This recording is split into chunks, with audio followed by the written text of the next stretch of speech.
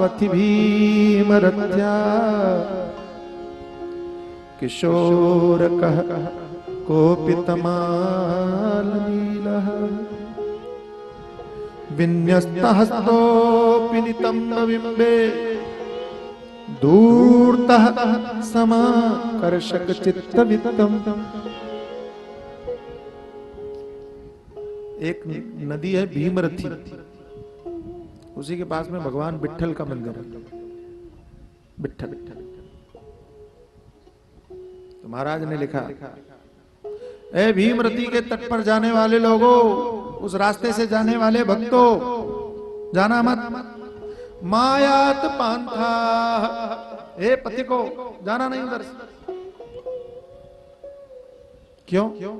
बोले एक चोर रहता है। बोले उसकी पहचान क्या है पता तो चले। तो इतना खतरनाक चोर हो गया क्या? और क्या विशेषता है? कैसा देखने में कैसा लगता है? बोले तमाल नीला, सांवला सांवला नील वर्ण का है। कैसे खड़ा है? विन्यस्त हस्तो विनितम्ब बिंबे, दोनों हाथों को ऐसे कमर पे लगा के खड़ा। तो पूछने वालों ने पूछा कि महाराज आप तो कमाल कर रहे हैं, आप तो कहते चोर है। बोले हाँ, जब उसने दोनों हाथों को कमर पे लगा रखा है तो चोरी कैसे करेगा?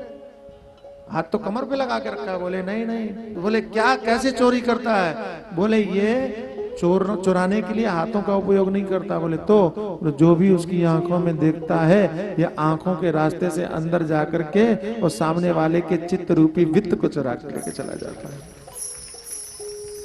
प्रेम हासावलोकनैः, मधुर मुस्कान से चित्त चुरा लेता है। लेकिन वृक्ष को कुछ नहीं बोले। और तब छोटे वृक्षों से पूछा, गोपियों को लगा ये तो बड़े बड़े लोग हैं, हम छोटे लोगों की बात कहां समझेंगे।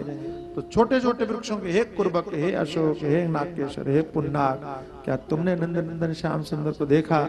उन वृक्षों ने भी जब कोई उत्तर नहीं दिया, और तब उनको लगा गोपियों को ये तो पुरुष जाति के वृक्ष हैं, ये हमारी पीड़ा को कहां समझेंगे। कोई स्त्री जाति का ही स्त्री की पीड़ा को समझ सकता है। इसलिए वो स्त्री जाति के वृक्षों के पास और उनसे पूछा कि हे चंपा, हे चमेली, हे तुलसी, हे मालती, क्या तुमने नंदनंदन को देखा? वे भी कुछ नहीं बोली। तो गोपियों को लगा कि संसार में चाहे स्त्री हो चाहे पुरुष हो, जब उसके जीवन में दुख आता है तो फिर कोई किसी की नहीं सुनता, वो उसी को भोगना पड़ता। निराश हो गई, लेकिन स्वयं निश्चय किया कि चलो हम ही ढूंढने चलती हैं। तो जब स्वयं ढूंढने के लिए गई, भगवान सुखदेव कहते हैं कि भगवान तो नहीं मिले, लेकिन भगवान के चरण चिन्ह मिल गए। वाह! इसका अर्थ क्या है कि जब आप भगवान के लिए पुरुषार्थ करते हो तो भले ही भगवान न मिले, लेकिन भगवान का कोई न कोई चिन्ह जरूर मिलेगा, कोई न कोई रास्ता जरूर मिलेगा।